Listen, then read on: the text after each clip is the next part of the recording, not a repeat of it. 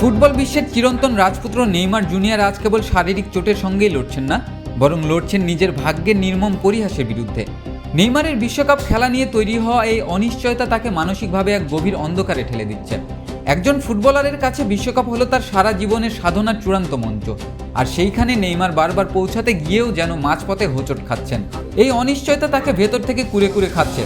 বারবার নিজেকে প্রমাণ করার তাড়না আর শেষ মুহূর্তে ছিটকে যাওয়ার আতঙ্ক তাকে মানসিকভাবে নিঃস্ব করে ফেলেছে।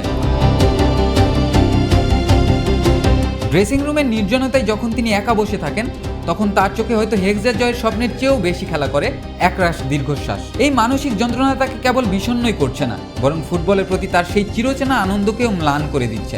নেইমারের অনুপস্থিতি পুরো ফুটবল বিশ্বের জন্য এক অপূরণীয় শূন্যতা। নেইমার ছাড়া বিশ্বকাপ মানে এমন এক উৎসব যেখানে সুর আছে কিন্তু প্রাণ নেই। ফুটবল বিশ্ব হারাবে তার বড় এক জাদুকরকে, যার পায়ের ছোঁয়ায় বল যেন জীবন্ত হয়ে ওঠে।